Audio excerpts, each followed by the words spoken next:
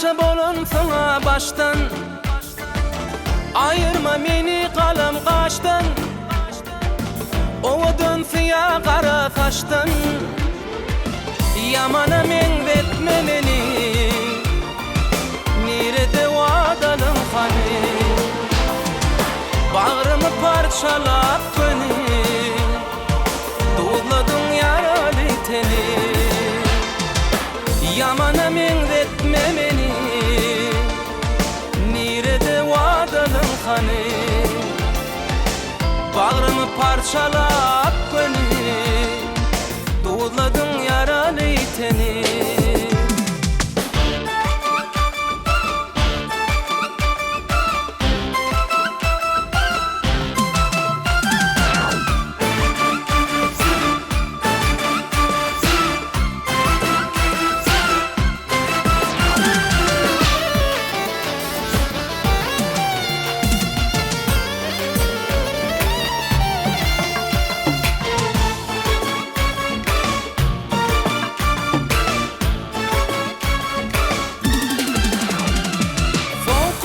Çektirdin le derdi, akbal bizi nerelerde koydu.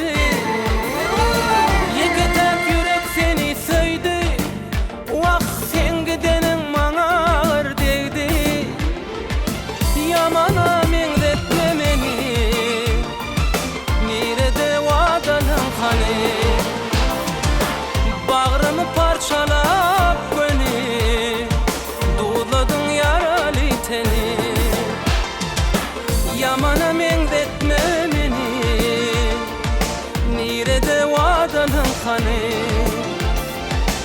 bağrımı parçalap beni, doğladın yaralı teni.